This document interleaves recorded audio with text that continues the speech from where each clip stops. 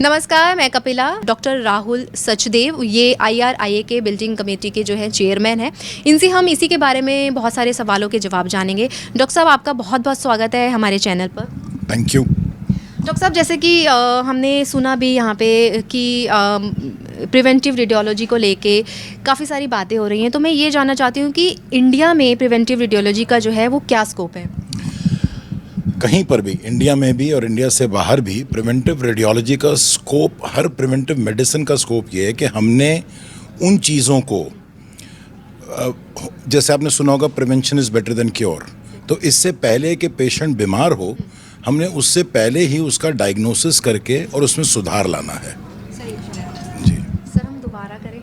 आपको ना स्वेटिंग बहुत ज़्यादा हो रही है। वो आएगी, एक बार हम कर लें इसको? उसका कुछ नहीं हो सकता। आप रिमूव कर लें तो ज़्यादा इसलिए तो बेहतर मैं नहीं, बहुत ज़्यादा है वो, फिर आपकी तरह मेकअप नहीं लगाता। हमें तो लगाना पड़ता है सर।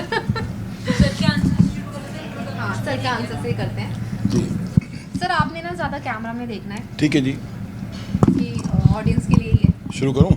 हाँ जी, आप अपने आंसर से कर सकते प्रिवेंटिव रेडियोलॉजी हर जगह पे इम्पॉर्टेंट है, क्योंकि prevention is better than cure.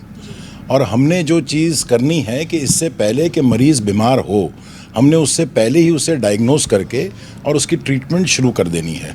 That is the idea of preventive radiology. जी सर, यहाँ पे इलास्टोसोनोग्राफी की बात हो रही है, तो उसके बारे में आप क्या कहेंगे?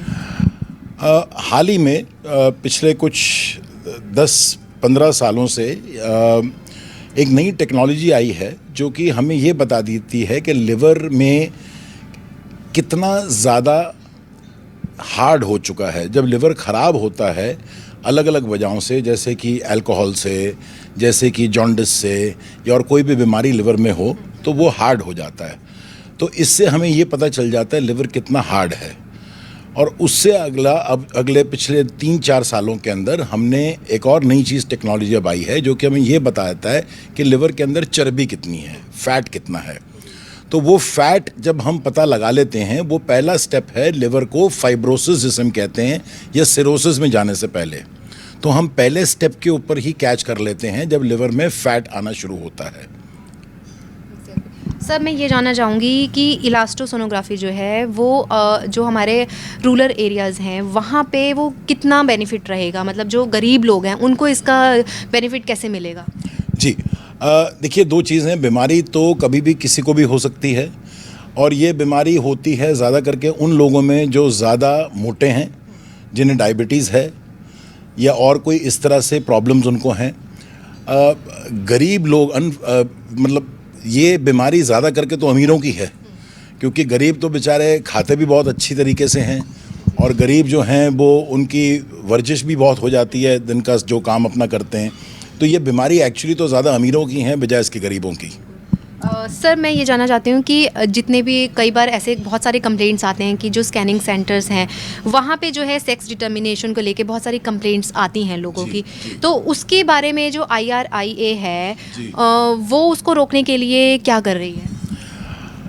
IRIA इसके सख्त खिलाफ है। IRIA ने बहुत स्टेप्स लिए हैं जिसकी वजह से जो भी हमारा कोई भी मेंबर अगर पकड़ा जाता है तो हम उसके अगेंस्ट बहुत स्ट्रिक्ट एक्शन लेते हैं। सरकार ने बहुत स्ट्रिक्ट स्टेप्स लिए हैं जो कि PNDT रूल उनका है। पर हमारे लिए ये सोचना ज़्यादा ज़रूरी है कि अगर जो सोसाइटी है हमारी, वो अगर नहीं कराना चाहे, अगर वो लड़का नहीं चाहे, तो ये प्रॉब्लम वैसे ही ख़त्म हो जाएगी। वहीं अगर हम ये बात करें कि जो ऑर्गन ट्रांसप्लांट होता है उसमें जो इलास्टोसोनोग्राफी है उसका कितना रोल रहेगा उसमें? मतलब हम ये पूछें कि कैसे काम करेगा वो? जी, ऑर्गन ट्रांसप्लांट से मतलब आपका लिवर ट्रांसप्लांट का है। लिवर ट्रांसप्लांट के अंदर बहुत बड़ा इसका रोल है, क्योंकि हर लिवर ट्रांसप्लांट से पहले आजकल हम ये टेस्ट करते हैं, और हमें जब हेल्दी लिवर मिलता है तभी हम उसे ट्रांसप्लांट करते हैं। सेकेंडली, जिस पेशेंट को मिला है लिवर, उसका भी हम फिर फॉलोअप करते हैं और इसमें इलास्टोग्राफी करते हैं कि कहीं वो ख़राब तो नहीं हो रहा, और अगर हो रहा है तो उस अकॉर्डिंगली रेमेडियल स्टेप्स लिए जाते हैं।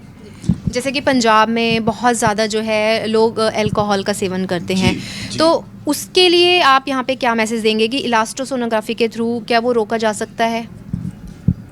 नहीं, ये सेक्स डिटर्मिनेशन वाली बात है। इलास्टोसोनोग्राफी किसी को अल्कोहल लेने से नहीं रोक सकता। अल्कोहल तो लेना आपको ही पड़ेगा रोकना, कि आप उसे रोकें।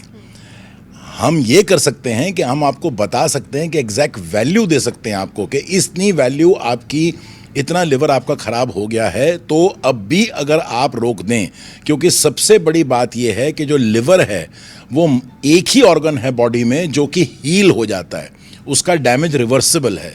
तो अगर कोई आदमी अल्कोहल लेना बंद कर देता है या अपना वेट रिड्यूस कर देता है तो उसका लिवर बैक टू नॉर्मल चले जाता है। इसलिए ये इतना इंपॉर्टेंट है, क्योंकि बाकी ऑर्गन्स तो खराब होने के बाद ठीक नहीं होते, पर लिवर एक ऐसा ऑर्गन है जो खराब होने के बाद भी ठीक हो जाता है। लेकिन जो लोग अल्कोहल नहीं ले रहे हैं उनके भी लीवर्स में बहुत सारी प्रॉब्लम्स आ रही हैं, फैटी लीवर की प्रॉब्लम्स हो रही है, उसके बारे में आप क्या कहोगे? तो जैसे मैंने कहा कि हमारी कंट्री में इतना ज़्यादा, यूएस के अंदर तो 60% लोगों को फैटी लिवर है, एशिया के अंदर 27% लोगों को फैटी लिवर है, जो कि काफ़ी हाई है। दैट मीन्स हर कमरे में 3 आदमी से 1 आदमी को फैटी लिवर है। और फैटी लिवर का जो मेन इशू हमारी कंट्री में आज भी अल्कोहल नहीं है, वो मेटाबॉलिज्म है। अगर आप देखोगे पेशेंट मोटे हैं, पेशेंट डायबिटिक हैं, उन लोगों को फैटी लिवर हो रहा है। तो हमारे को उस जड़ से उसको पकड़ना है और हमारे को वहाँ से पेशेंट का जो मेन है, अगर वेट लॉस करे, अगर डाइट एंड एक्सरसाइज फॉलो करे प्रॉपरली, तो वो सारी चीज़ें सॉल्व हो सकती हैं।